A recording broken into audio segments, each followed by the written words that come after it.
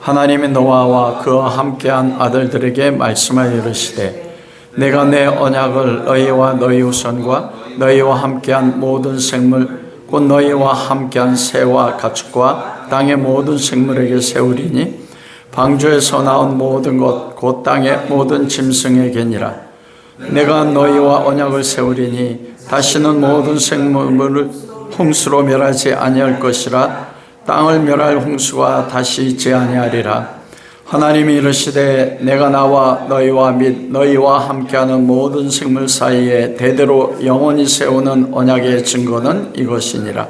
내가 내 무지개를 구름 속에 두었나니 이것이 나와 세상 사이의 언약의 증거니라. 내가 구름으로 땅을 덮을 때 무지개가 구름 속에 나타나면 내가 나와 너희와 및 육체를 가진 모든 생물 사이에 내 언약을 기억하리니 다시는 물이 모든 육체를 멸하는 홍수가 되지 아니할지라. 무지개가 구름 사이에 있으리니 내가 보고 나 하나님과 모든 육체를 가진 땅의 모든 생물 사이에 영원한 언약을 기억하리라. 하나님이 노아에게 또 이르시되 내가 나와 땅에 있는 모든 생물 사이에 세운 언약의 증거가 이것이라 하셨더라. 방주에서 나온 노아의 아들들은 셈과 함과 야벳이며 함은 가나안의 아버지라. 노아의 세 아들들부터 사람들이 온 땅에 퍼지니라. 노아가 농사를 시작하여 포도나무를 심었더니 포도주를 마시고 취하여 그 장막 안에서 벌거벗은지라. 가나안의 아버지 함이 그의 아버지 아체를 보고 밖으로 나가서 그의 두 형제에게 알리매 셈과 야벳이 옷을 가져다가 자기들의 어깨에 메고 뒷걸음쳐 들어가서 그들의 아버지 아체를 덮었으며 그들의 얼굴을 돌이키고 그들의 아버지 아체를 보지 아니하였더라. 노아가 술이 깨어 그의 작은 아들이 자기에게 한 일을 알고 이르되 가나안은 저주를 받아 그의 형제의 종들의 종이 되기를 원하노라 하고 또 이르되 셈의 하나님 여호와를 찬송하리로다. 가나안은 셈의 종이 되고 하나님이 야벳을 창대하게 하사 셈의 장막에 거하게 하시고 가나안은 그의 종이 되게 하시기를 원하노라 하셨더라. 노아 홍수에 노아가 350년을 살았고 그의 나이 950세가 되어 죽었더라. 아멘. 오늘은 무지개 언약과 노아의 만취 사건이라는 말씀을 가지고 술 취하면 사건이라는 말씀을 가지고 함께 은혜를 나누도록 하겠습니다. 노아의 삶의 마지막 결론 부분이 바로 창세기 9장입니다. 그리고 노아의 홍수 사건의 마지막 결론도 창세기 9장입니다. 세 가지로 하나님께서 말씀하셨습니다. 첫째는 피를 먹지 말라. 그리고 두 번째는 우리가 말씀 읽은 것처럼 무지개 언약을 두어 내가 내 언약 무지개를 기억할 때마다 다시는 홍수로 사람을 멸망하지 않겠다. 무지개 언약이 여러분 무슨 의미인지 이해를 하십니까? 그리고 세 번째로는 왜 노아는 여호와께 은혜를 입었더라. 그리고 120년 동안 방주를 짓고 8식구가 방주를 통해서 구원을 받았음에도 불구하고 노아의 마지막이 술 취함의 사건으로 끝날 수밖에 없었는가? 왜 함은 아버지 노아가 하나님의 은혜를 입어서 방주에서 구원받았음에도 불구하고 함과 그의 아들 가나안은 하나님 앞에 저주받을 수밖에 없었는가? 여러분 좀 이상하지 않으세요? 방주를 통해서 은혜로 구원받았던 노아의 삶의 마지막에 술 취함의 사건으로 인해서 자기 수치가 드러났거든요. 수치로 끝난 거잖아요. 그리고 술 취한 것은 누가 술 취한 겁니까? 노아가 술 취한 건데 그 노아의 술 취함의 연약함으로 인해서 누가 저주를 받습니까? 함과 함의 아들, 손자 가나안이 저주를 받습니다. 이게 왜 이걸 통해서 하나님이 무엇을 말씀하시는 것인가? 왜 하나님께서 노아의 삶의 마지막을 그렇게 술 취하고 벌거벗어서 포도주 마시고 술 취하는 것으로 끝맺음을 하셨을까? 그 결과로 왜 방주에서 노아의 세 아들들이 구원받았는데 함과 그 함의 자손들은 왜 저주받을 수밖에 없었는가? 구원을 받은 방주 안에 있었던 존재 아닙니까? 이게 어떻게 보면 하나님의 은혜 가운데 있는 성도들이 은혜로 시작해서 저주로 끝나는 아주 두려운 말씀 가운데 하나가 함과 그의 아들 가나안 족속이 저주받은 사건입니다. 우리가 어떻게 살아야 될 것인가? 우리가 그 말씀을 이해하기 위해서는 먼저는 하나님의 무지개의 언약 속에 있는 하나님의 은혜가 무엇인지를 알아야 되는 것이에요. 여러분, 요즘은 비가 오고 나서 무지개 보는 게 쉬워요, 어려워요? 어렵습니다. 저희 어릴 때는 비가 오고 나면, 햇빛이 나면 대부분 무지개가 떴었어요. 쌍무지개도 뜨고. 근데 요즘은 비 오고 나도 무지개가 뜨지 않습니다. 그냥 공기가 오염이 심해가지고. 여러분, 오늘 본문에 등장하는 무지개란 단어는 퀘셔트란 뜻인데 이게 무슨 뜻인 줄 아세요? 무지개가 이렇게 뜨잖아요. 이게 뭘 닮았어요? 예? 다리. 예. 무지개 넘어. 근데 퀘셔트란 뜻은 뭐냐면 활이란 뜻입니다. 놀랍게도 땅에서 땅으로 해서 이 무지개가 활이 어디를 향해 있어요? 하늘을 향해 있어요. 여러분, 무지개 언약, 하나님의 무지개로 노아를 대표해서 모든 동물들과 언약하신 것, 왜 무지개로 표현됐을까? 그건 뭐냐면 무지개가 하늘이잖아요. 이거는 저 비유적 해석이라고 할 수 있는데, 화살은 쏘는 거 아닙니까? 땅의 무지개가 원래 원어 의미는 활이에요.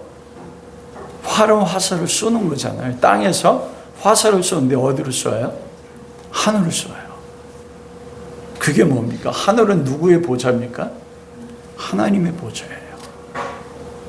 하나님께서 이 무지개 언약을 주신 것은 무엇이냐면, 조금 이따도 우리가 이제 노아의 술 취함 사건을 통해서 인간은 변화되지 않습니다. 하나님이 홍수 심판을 통해서 노아의 8식구를 구원했지만 노아가 술 취함으로 그 결론을 맺었거든요.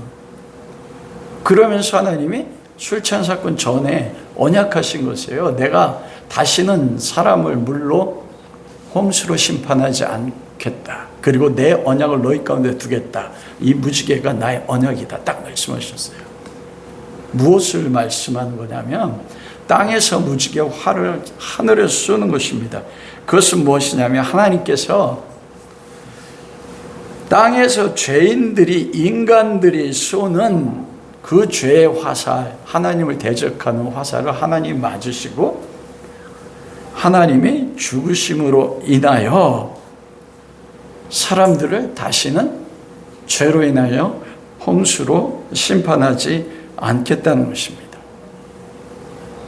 그게 여러분 무지개 언약인 거예요. 하나님의 아들의 죽으심, 즉 하나님이 인간이 땅에서 쏘는 그 하나님을 대적하는 것이요. 하나님이 아담과 하와를 하나님의 형상으로 만들었잖아요. 그리고 하나님의 영광을 부어줬습니다. 하나님의 영광을 대면해 볼 수 있었어요. 그런데 그 아담이 내가 하나님처럼 되리라 해서 하나님의 언약을 어겼다는 건 무엇이에요? 하나님을 대적하는 거예요. 다른 말로 이야기하면 아담이 자기 삶에서 하나님을 죽인 겁니다, 여러분. 하나님을 쏴 죽인 거예요, 죄로 인해서. 하나님은 죽지 않지만은. 그래서 하나님이 스스로 심판을 받아서 당신이 화살로 맞아서 하나님이 죽으심으로 인하여 뭐 하는 거예요?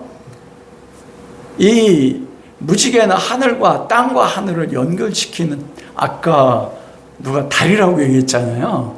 땅과 구원을 연결시키는 하나님이 맞아 그 죽으심으로 인해서 하나님과 땅의 존재, 왜냐하면 땅은 누굴 상징합니까? 아파르잖아요. 아담아, 땅의 흙, 아파르, 땅에 있는 먼지 같은 흙.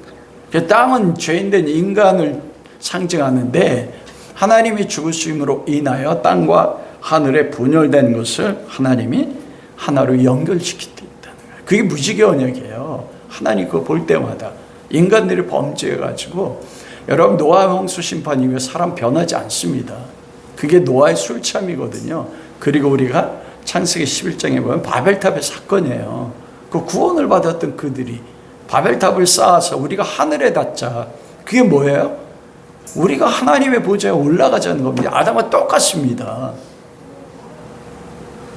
인간은 결코 자기의 행위나 어떤 것으로 구원받을 수 없다는 거예요. 그 구원받는 길이 무엇인가? 하나님의 죽으심으로 내가 너희의 죄 가운데서도 구원해 주시겠다는 것입니다.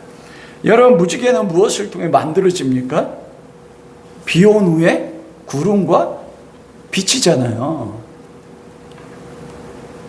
무지개가 구름 속에 나타났다는 것이에요. 그래서 여러분 그 출애굽할 때 보면 하나님께서 그 성막을 완성되었을 때 여호와의 영광이 임재했잖아요. 그래 법궤 위에 성막 위에 여호와의 구름 기둥이 임재했어요. 밤이 되면 무엇이 나타났습니까? 그 구름 기둥 속에 불 기둥이 나타났다고요. 즉 구름 기둥은 항상 불을 품고 있었습니다. 그래 무지개가 생기는 게 뭐예요? 구름에 비 오고 나서 그 구름 속에 뭐가 비출 때예요? 빛이 비출 때잖아요. 불. 그때 무지개가 형성되는 것입니다. 구름과 빛의 합작품. 그게 바로 모세 성막 위에 임재했던 구름 속에 나타나는 그 불. 그것이 바로 하나님의 무지개 언약의 그 가장 상징의 출발점이 거기부터 나타나는 거예요. 하나님의 임재가. 여러분 그 오늘 본문 13절 말씀은 내가 내 무지개를 구름 속에 두었나니 이것이 나와 세상과의 언약의 증거라고 말씀하지 않습니까? 그런데 하나님께서 그 무지개를 보시면서 내가 내 언약을 기억해서 사람을 다시는 뭐라고 말씀하세요? 심판하지 않겠대요. 뭐에 대해서요? 죄에 대해서요. 노아 시대 때는 하나님이 죄를 보시고 어떻게 했어요? 홍수로 심판하셨어요. 그런데 하나님께서 무지개를 만드시고 내 언약이래요. 노아의 언약이 아닙니다, 여러분. 하나님이 스스로 만드신 언약을 보고 인간이 노아 이후 시대 때도 노아 전의 시대와 같이 죄악이 온 세상에 관영한데 내가 나의 언약, 그 언약이 무엇입니까? 그래 무지개 언약은 뭐예요? 하나님의 죽으심이잖아요. 하나님의 죽으심은 누가 죽으셨어요? 우리가 아는 것처럼 인간의 죄로 대신해서 누가 죽으셨습니까? 예수 그리스도 아닙니까? 그 아들의 죽음을 보고 뭐 한다고 말씀하세요? 내가 인간을 죄를 심판하지 않겠다. 그렇게 하나님께서 말씀하시는 것입니다. 여러분 죄가 있으면 모든 사람은 심판을 받아야 돼요. 노아 홍수처럼. 그런데 무지개를 보고 무지개로 상징된 예수 그리스도를 보고 뭐 한다는 것입니까? 내가 무지개를 믿는 그리스도를 믿는 모든 사람들은 살려두겠다는 거예요. 여러분 그러므로 노아의 홍수 자체의 목적이 무엇입니까? 홍수 사건의 목적은 인간이 심판을 통해서 인간이 변화되고 도덕적으로 선해지는 게 목적이 아니에요, 여러분. 홍수 사건의 목적은 뭐예요? 이 무지개입니다. 하나님께서 홍수를 통해서 인간을 멸망시키고 8명을 구원했으면서도 노아의 술 취함이나 바벨탑 사건을 보면서 인간을 구원받을 수 있는 유일한 길이 뭔가? 바로 이 무지개 언약이에요. 하나님 무지개 언약을 인간에게 주시기 위해서 노아 홍수 사건으로 그 결론을 맺는 것입니다. 그러므로 노아의 홍수의 목적은 하나님의 죽으심으로 은혜로 자기 죄를 가림받게 된 하나님의 백성들에게 부어지는 하나님의 은혜에 대해서 설명하는 것이에요. 여러분, 그래서 하나님 나라에 하나님의 보좌가 나오는 게 요한계시록 아닙니까? 요한계시록 4장 2절에 3절에 보면 세 번역이 그렇습니다. 나는 성령에 사로잡혔습니다. 그런데 하늘의 보좌가 하나 놓여 있는데 그 보좌에 한 분이 앉아 계셨습니다. 거기에 앉아 계신 분은 모습이 벽옥과 홍옥과 같았고 그 둘 보좌의 둘레 빛은 빛옷과 같이 보이는 무지개가 있었습니다. 여러분, 하나님의 보좌는 무지개로 둘러싸여 있거든요. 그럼 무슨 보좌예요? 은혜 보좌예요. 예수 그리스도의 죽으심으로 말미암아 감사하는 은혜의 보좌인 것입니다. 그래서 에스겔서 1장 28절도 그를 둘러싼 광채의 모양은 비 오는 날 구름 속에 나타난 무지개 같이 보였으니 그것은 주의 영광을 나타내는 모양과 같았다. 하나님이요, 하나님의 영광을 나타내는데 그 모습이 무엇 같다고요? 무지개 둘러싸여 있다는 것이에요. 하나님의 현현, 하나님의 영광의 보좌가 이렇게 무지개로 등장하는 것, 그것이 바로 노아의 홍수 사건의 마지막 결론 부분인 것이에요. 여러분, 하나님 본질적으로 사람을 심판하기 원하시는 하나님이 아니세요. 모세가 여호와께 영광을 보여달라고 했을 때 출애굽기 33장에 여호와의 영광이 여호와로다 여호와로다 하면서 지나갔을 때 여호와의 영광을 뭐로 표현했습니까?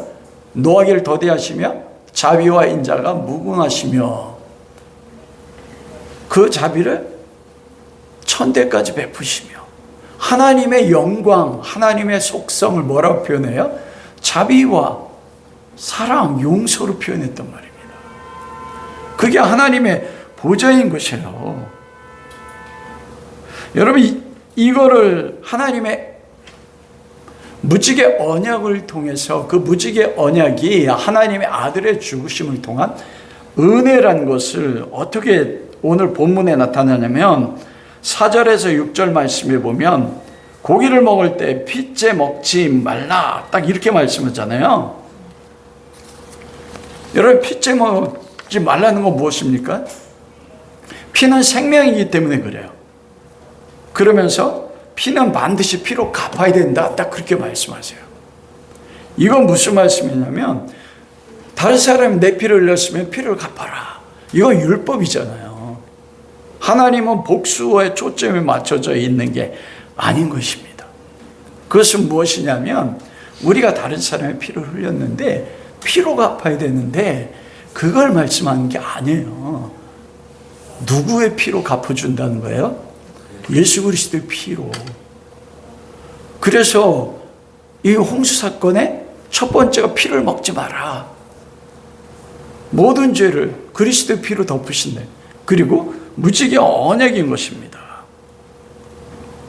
우리의 생명을 위해서는 그 신명기 12장 23절에도 오직 크게 삼가서 그 피를 먹지 말라. 피는 그 생명이니 그 생명을 고기에 아울러 먹지 말고 피째 먹지 말라 말씀해. 우리의 생명을 위해서 예수 그리스도의 피가 반드시 흘려져야 된다는 것을 말씀하는 것입니다. 그래서 레위기에서 제사를 5가지 제사를 두잖아요. 두 번째 소제, 곡식의 가루를 빻아서 그거는 자기 자신 죽는 겁니다. 곡식이 가루가 빠지면 자기 형체가 있어요, 없어요? 없어요. 이게 먼지 같잖아요. 그게 뭐예요? 아파르예요. 후 불어버리면. 그거 빼놓고는 하나님과 화해하기 위해서는 반드시 뭐가 필요합니까? 제물이요. 제물의 피 흘림이 없으면 구원받을 수 없는 거예요. 그래서 하나님께서 아들 예수 그리스도가 사람이 쏘는 죄의 화살로 인해서 죽으셔서 피를 흘림으로 우리의 죄를 덮으시는 거예요. 덮는다는 것입니다, 여러분.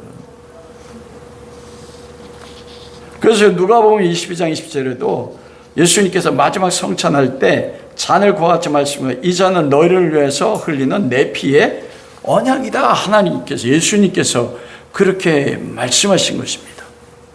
여러분, 그러면 이 관점 속에서 하나님이 피 흘림과 그리고 뭘 말씀하세요? 무지개 언약을 일방적으로 은혜 언약을 주셨어요. 그러면 여러분, 그 관점을 가지고 이 노아의 술 취함의 사건을 바라보자는 거예요.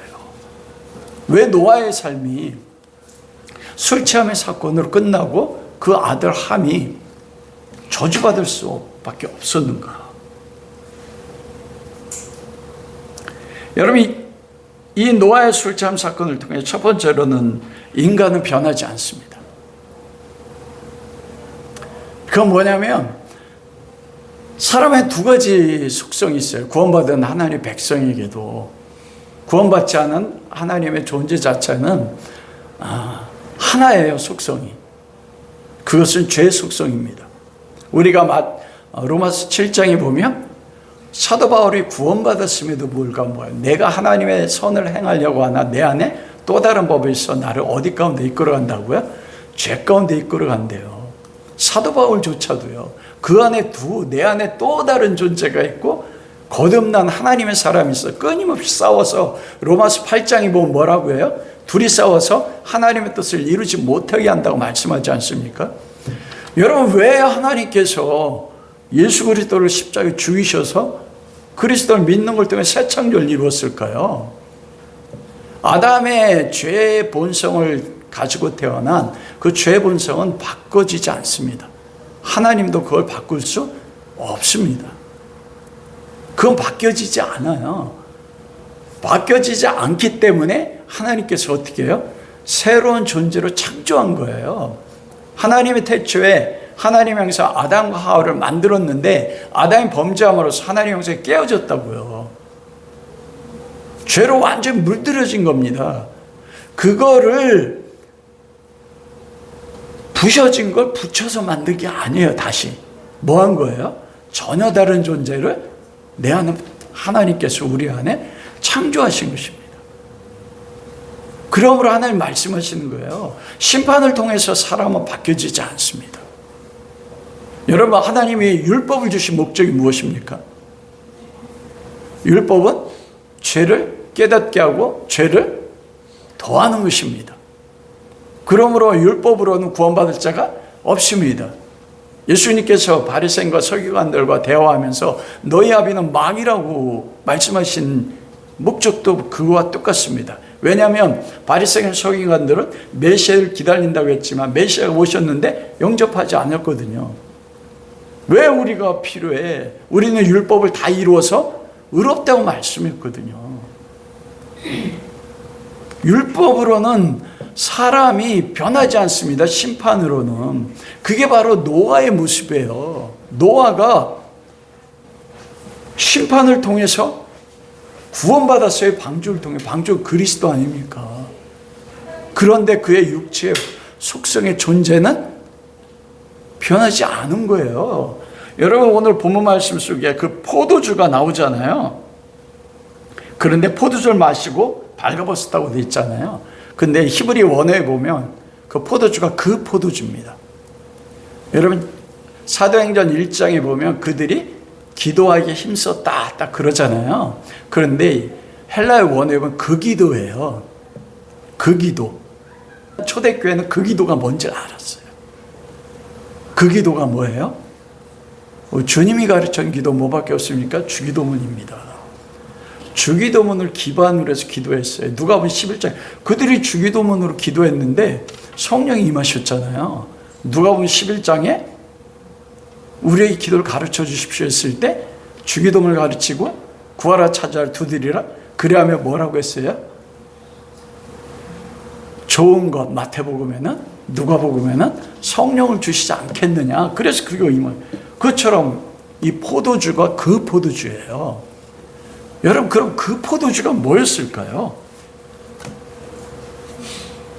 그거 뭐냐면 노아가 전에 마셨던 포도주예요.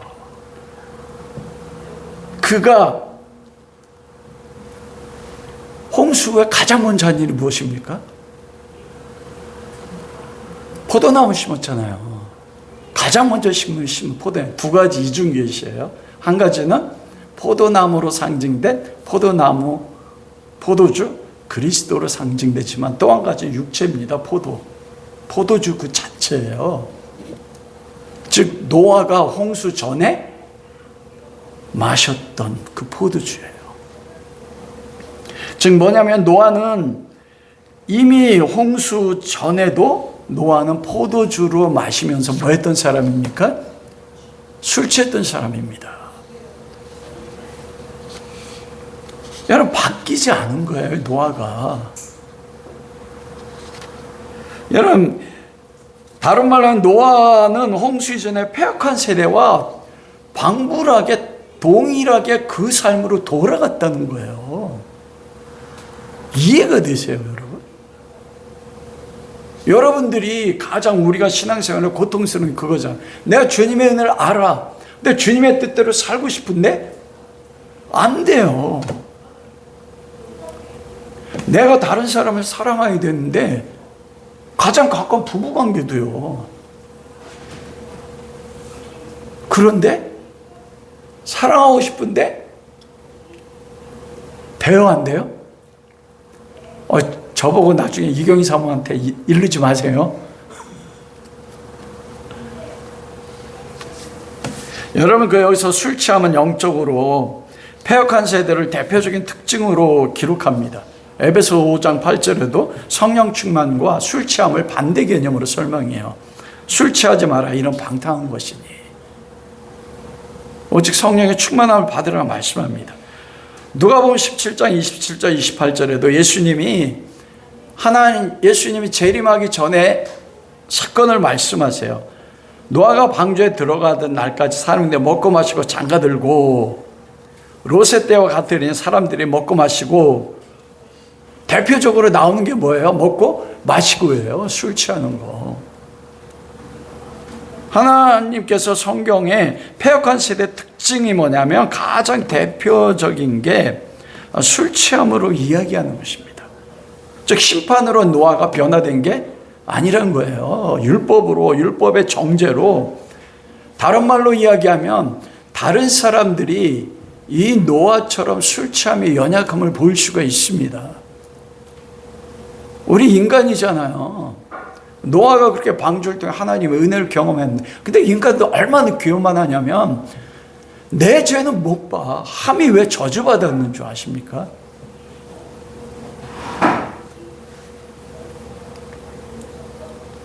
여러분, 그래 성경에 보면 아브라함의 노년의 마지막 삶이 어떻게 결론납니까? 그런 100살 때 이삭을 낳았잖아요. 그리고 그 이삭이 30살 때 예수님 상징이니까 자기가 번제할 나물 지고 모리아산에 올라갔지 않습니까? 그게 나중에 예루살렘 골고다 아닙니까? 아들을 죽였던 그가 마지막이 창세기 25장에 보면 그들을 취해서 후처를 낳습니다. 6명의 자녀가 낳았는데 그 6명의 자녀가 약속에서 벗어나서 구원받지 못합니다. 아니, 어떻게 그 믿음의 조상 아브라함이 변하지 않는 거예요, 여러분. 하나님이 가르치는 게 뭔지 아십니까? 은혜가 아니면, 하나님의 은혜가 아니면 어떤 인간도 구원받을 수 없는 거예요. 그 노아조차도 뭐로 살 수 있다는 거예요? 그가 도덕적인 율법의 말씀을 이루어서 그 의로 하나님 앞에 사는 존재가 아니라는 거예요. 그렇다면 아브라함의 삶의 마지막이 창세기 25장으로 후처를 취해서 구원받지 못하면 6명 자식 낳지 않습니까? 이스라엘 광야 40년 동안에 이스라엘 백성으로 하여금 바알보올에서 간음을 통해서 이스라엘 범죄케 한 족속이 누구예요? 미디안 족속 아니에요. 미디안이 누굴 통해 납니까? 그드라를 통해서 태어나는 6명의 자식 가운데 미디안 족속이 나요. 아브라함이 낳은 자식이 아브라함의 약속의 자녀 이삭의 후손, 야곱의 후손을 대적해서 범죄하게 만든다니까요.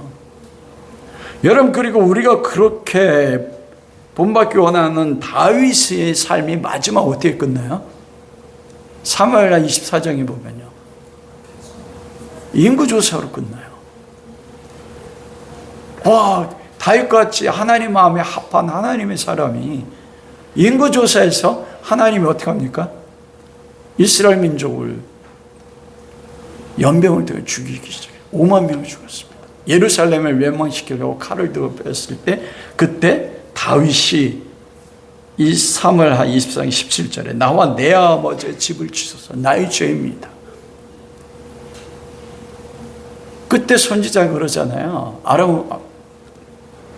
아라우나의 타작마당에 제단을 세우고 번제를 드리십시오. 그 번제의 피를 통해서 그 하나님 심판의 칼이 멈추는 것입니다. 그 번제된 그리스도의 피 흘림을 통해서 은혜로만 설 수 있어요, 인간은.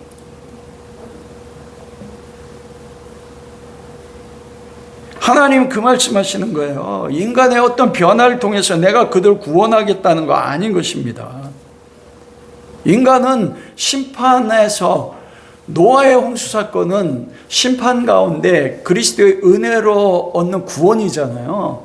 구원받은 존재 자체도 본질적으로 변하지 않습니다. 착각하는 거예요, 우리는.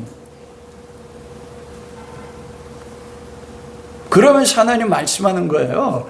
구원받은 하나님 백성이 넘어져도 나는 내 아들의, 인간의 죄가 하나님을 대적할 때 내 아들의 죽음을 통해서 뭐라고 말씀하세요? 나의 의, 내 아들을 죽이는 그 의와 사랑으로 내가 인간을, 죄인을 구원하겠다. 이게 하나님의 은혜 선포인 거예요. 그러면 함이 왜, 두 번째로 왜 저주받았는지 알지 않습니까? 그 무지개 언약을 통해서 함이 무엇을 경험한 사람입니까? 하나님의 은혜 경험한 사람 아니에요. 아버지가, 노아가 하나님의 은혜로 방주에 들어가서, 방주가 그리스도 아닙니까? 홍수는 뭐예요? 죄에 대한 하나님의 저주의 비잖아요. 방주 대신 그리스도가 방주 안에 노아와 8식구를 품으시고, 누가 저주의 비를 맞았어요? 그리스도가 저주의 비를 맞은 거예요. 모든 인간이 다 죽었습니다. 그걸 경험한 사람이 누구예요? 노아와 함과 셈과 야벳이에요. 은혜를 경험했어요. 여러분, 여기서 갈라지는 겁니다. 은혜를 경험한 하나님의 백성이 다른 사람의 죄를 보고 어떻게 반응하는 거예요.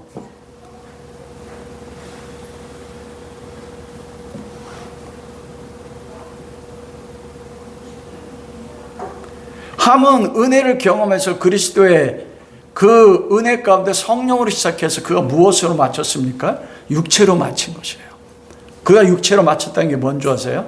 다른 사람의 죄에 대한 용서가 없었어요. 그것도 가장 대표가 누구였습니까? 아버지 노아였어요.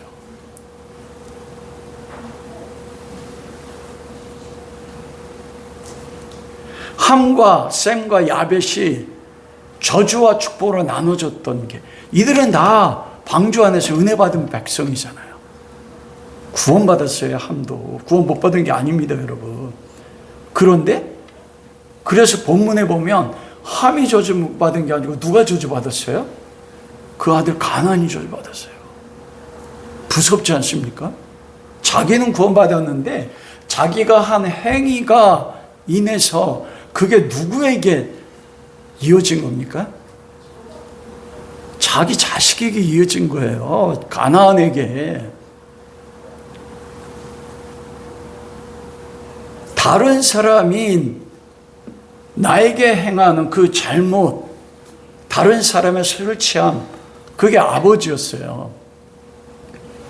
그것에 대한, 타인에 대한 그 잘못을 보고 은혜 받은 하나님의 백성들이 어떻게 반응하는가가 그들의 화와 그들의 복을, 저주를 결정한 것입니다. 여러분, 함이 무슨 큰 잘못을 했습니까? 잘못은 누가 했어요? 노아가 했잖아요. 노아가 자기 자식이 자기의 부끄러운 모습을 보았다고 그걸 덮어주지 않았다고. 그 사랑하는 아들과 손자가 종의 종이 되라고 저주했잖아요. 여러분, 그래 실제적으로 함의 후손이 가나안은 어떻게 됐습니까? 이스라엘 가나안 정복할 때 가나안 7족속 하나는 진멸하라고 말씀했어요. 기브온, 여부스 족속 기브온만 살아나고 나머지는 다 어떻게 해요? 그래서 여리고 성부터 가나안에부터 짐승까지 다 진멸한 것입니다.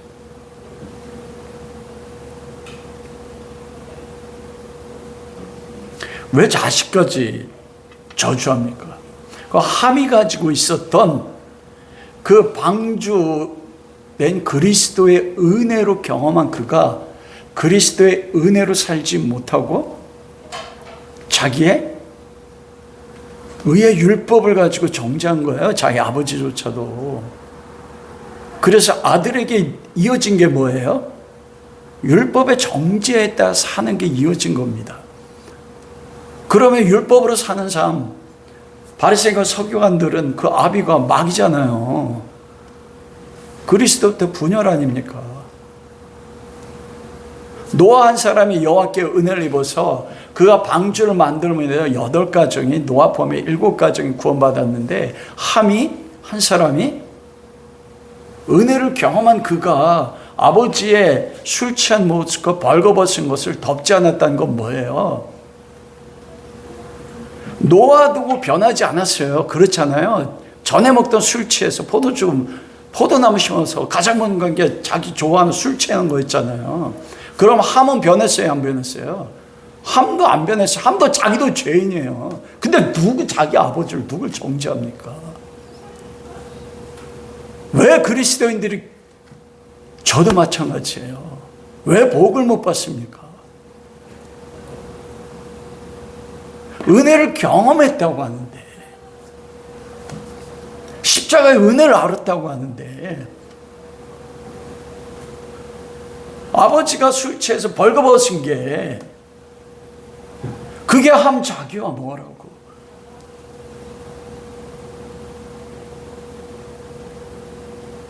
왜 그리스도인들의 그런 사랑이 없고 용서가 없습니까?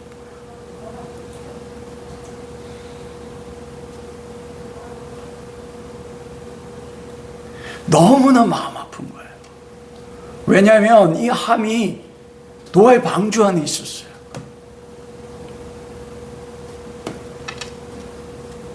여기 벌거벗었다라는 게 라라는 것입니다. 벌거벗은 걸 보았다는 게 라라는 뜻인데 단순히 쳐다본 게 아니에요. 보고 조롱하고 멸시했다는 단어입니다. 고아메라는 단어는 뭐냐면 그것을 멸시하면서 즐거워했어요. 고하다가 그걸 재미로 해석하고 재미로 누설했다. 아버지의 그 벌거벗은 것을 보고. 그러면서 함이 누렸던 건 뭔지 아십니까? 나는 의로워.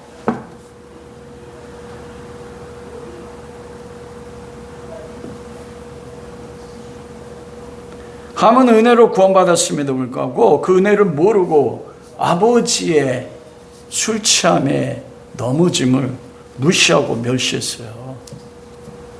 가족입니다, 피부치. 여러분, 교회 안의 성도들은 뭐예요? 형제 아닙니까? 형제 자매? 여러분, 에서가 장자의 명분을 경홀히 여겼어요. 이거 무시한 거였거든요. 나중에는 울면서 은혜를 구했지만 은혜를 받지 못했어요. 에서가 이삭의 자녀 아닙니까, 여러분? 두려운 거예요, 여러분.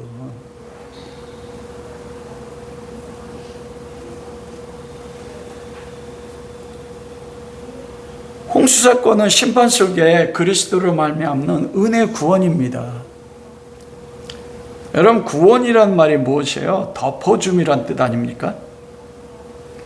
구속, 우리가 구원, 구약 성경의 구속이란 말은 덮다는 뜻이에요.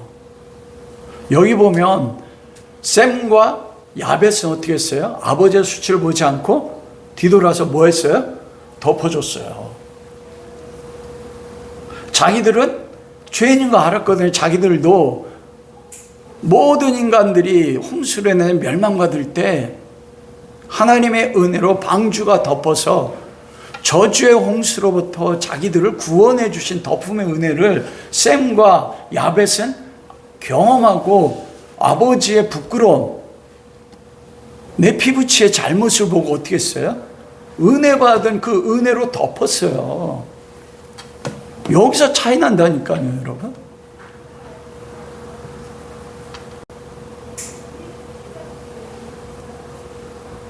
셈과 야벳은 뒷걸음질 덮어준 것밖에 없습니다. 이거는 누구만이 알 수 있냐면 하나님의 은혜를 아는 자만이 알 수 있어요. 우리 다른 사람이 잘못 보면 판단하고 정죄하기 쉽습니다. 그러나 내 안에 있는 들뻔 보지 못해. 다른 사람 안에 있는 뒷글을 보고 자기 눈에 하는 들벌 보지 못하고 뭐라고 해요? 뒷글 보는 자를 판단한다고 말씀하지 않습니까?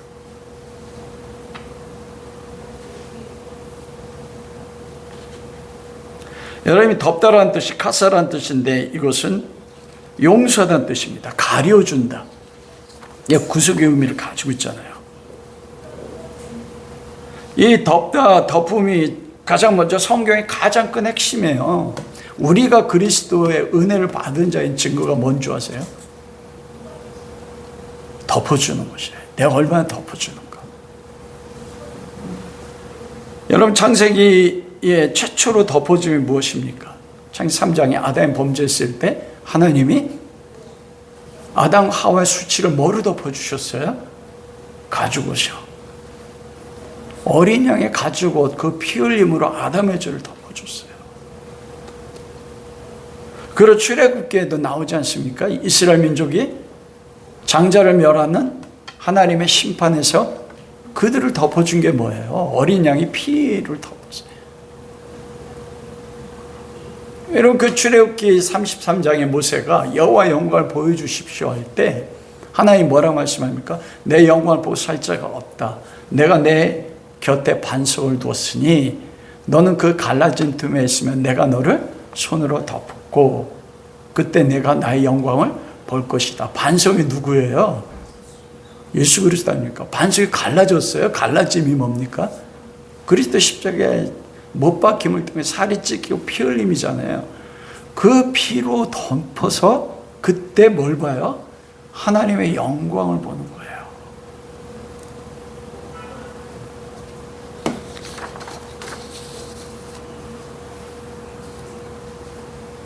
여러분 그 모세 성막을 만들었을 때 법궤 위에 하나님 임재하셨잖아요. 근데 법궤 안에 율법 두 돌판을 두고 그 위에 뭘 뚜껑을 입혔어요? 그 시은자잖아요. 시은자 뚜껑. 그룹이 있고 그리고 그 시은자 사이에 뭐가 흘러요? 셰카야이나 성령의 불이 임하는데 제사장이 들어갈 때 염소의 피를 가지고 피를 그 시은자에 부을 때 그때 여호와의 영광이 임재한단 말입니다. 그 뚜껑이 뭘 덮었어요? 율법이잖아요. 모세를 주는 율법. 율법으로 다른 사람을 정죄하는 게 아니고 그리스도의 피를 따라서 내가 다른 사람의 죄를 하나님이 나를 덮은 것처럼 용서한 것처럼 다른 사람을 덮어주고 용서하는 것입니다.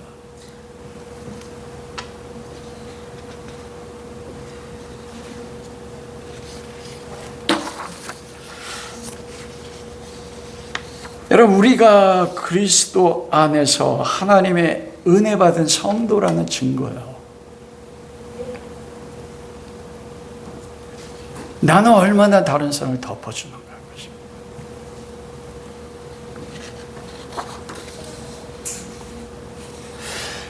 말씀을 마치도록 하겠습니다.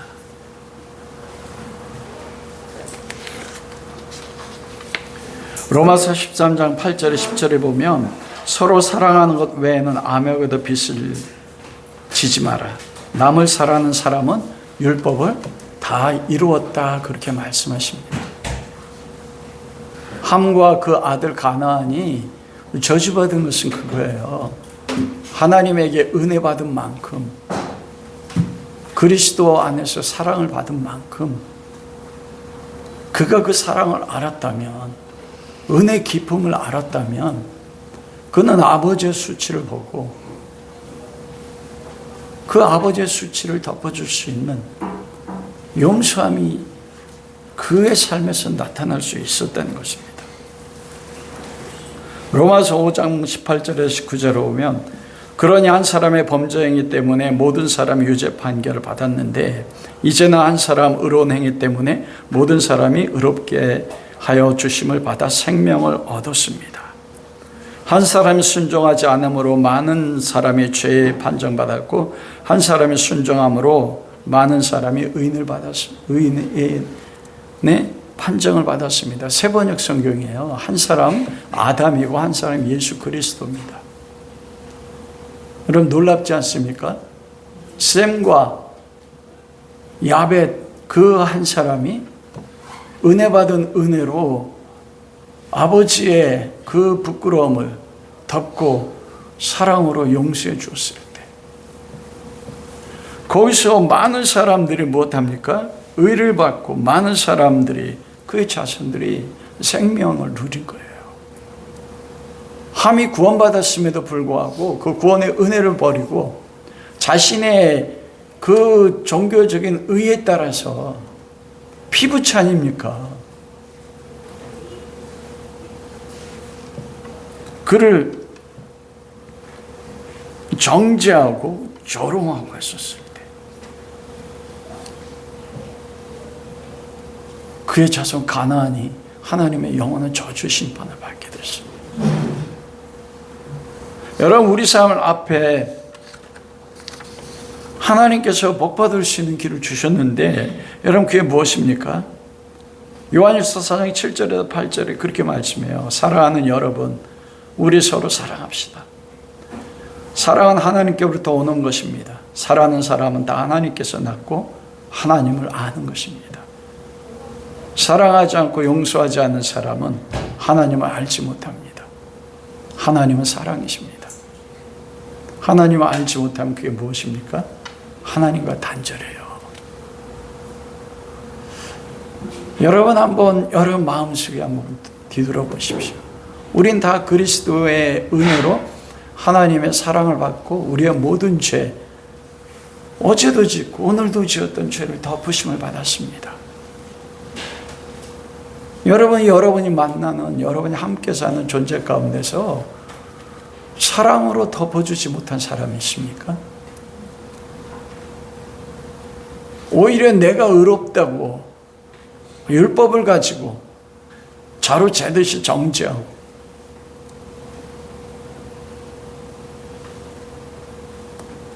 판단하고 계십니까? 여러분이 죄를 덮어줘도 그 사람이 누굽니까? 받은 은혜만큼, 받은 사랑만큼 덮어주세요. 사랑해 주십시오. 그때 그곳에서 하나님 나라가 임하실 것입니다. 그런 은혜가 우리 모두에게 함께 할 수 있기를 주님의 이름으로 축원합니다.